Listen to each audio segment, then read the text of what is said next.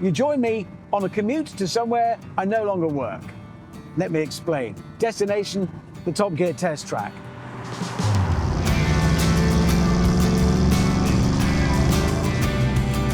The car I'm in is the Mustang I used to own back in the day when I would do this commute to the studio and the track to make the TV show.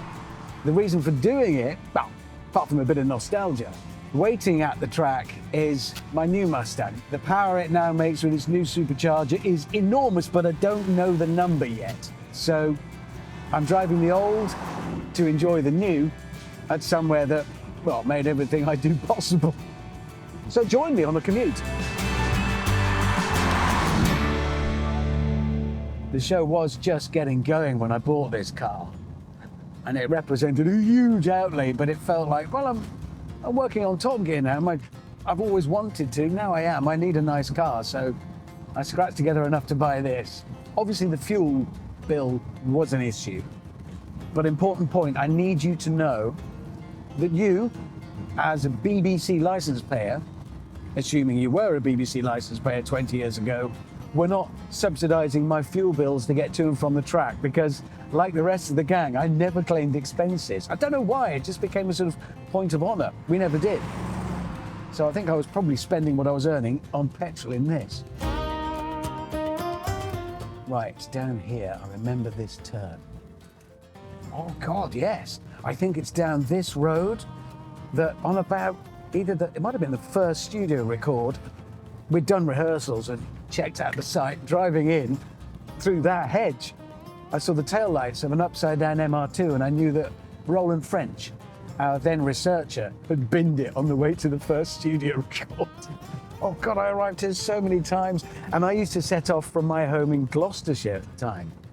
And I remember everybody else on the production lived in London or near London.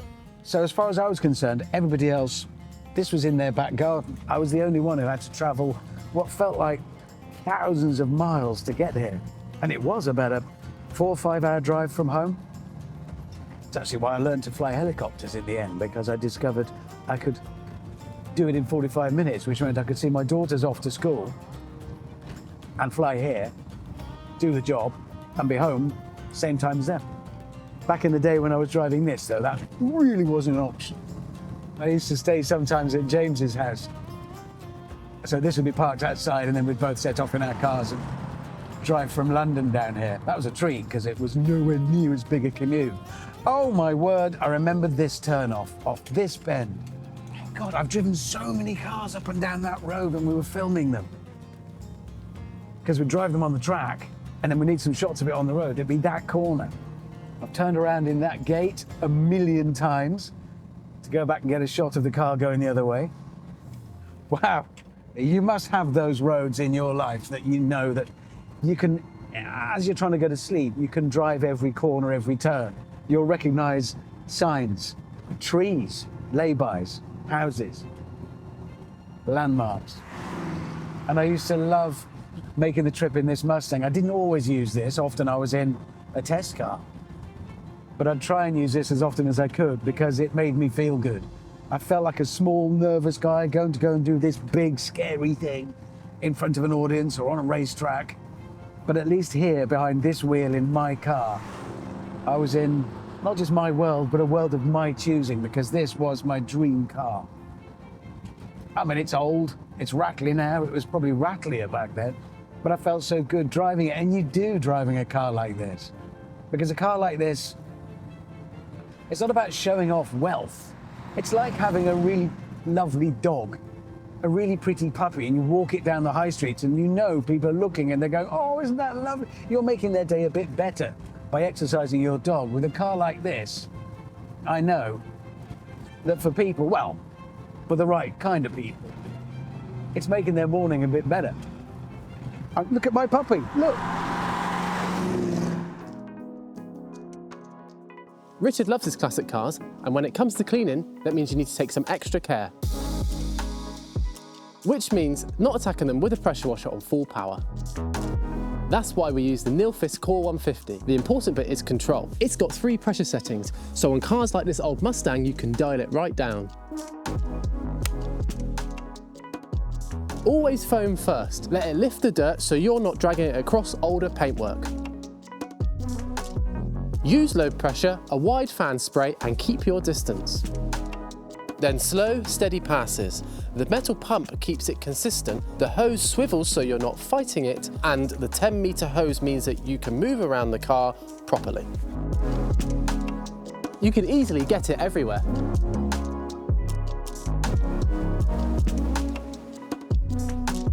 It's important to keep your classics in tip-top condition, and that's exactly what the Nilfisk Core 150 is built for. It's not surprising, is it? Roads and cars, the two things that are the sort of the joining tendons, the sinews, the things that make movement possible in our lives, that they resonate so much with us. That driving up this road now, my body was subjected to these Gs, these forces. My eyes saw these turns from this seat, in this car, in this machine, 20 odd years ago. This is the gate. I think it's now disused, but the team at DRIVETRIBE got them to open it for me just so I could, really reminisce. Wow, we'd say morning, and the nerves would kind of dissipate by about now. It would get a bit easier. I'll be honest, I never really knew my way around this place. I know the office is over there. In fact, but I'm not going to go there today because, well, we went there before and James and I visited. This time it's all about the track. More specifically, it's all about the Mustang Dark Horse that has had all its work finished and is now, I'm told, a beast. And it's on the start line waiting for me. Here's the start line. Oh. And what there isn't on it is my Mustang Dark Horse. No. Well, I mean, given where I am, it would be rude not to. To be fair, it isn't this car's first visit to this track. As you'd expect, if I was making Top Gear here and I owned this car, it was going to be on the track at some point. I took it round in 2004. Because this is mine, GT 390. Some years ago, although it was at that time blue, and I've since returned it to its original colour, Highland Green, which is how it left the factory. Oh, I really shouldn't be doing this, but the track's open.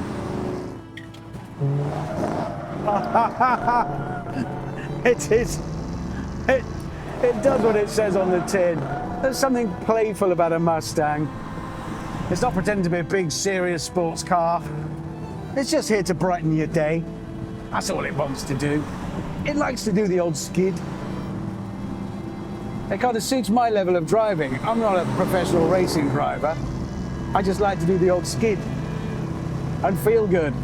And that's what Mustangs are for. But waiting over there is a Mustang that's going to be a whole different animal. My Dark Horse. We've finished all of the work on it. I fitted the supercharger, but then handed it over to be put on a rolling road to be finished. And there it is. Oh my word. Would you look at it? Oh! The only thing is, I run out of time. So next week, you can see me driving that for the very first time. I haven't started it, I haven't heard it since the new exhaust went on, and you can see me here in that, driving it for the very first time on this track. Subscribe, and I'll see you there. I'm gonna go and do it, and I can't wait.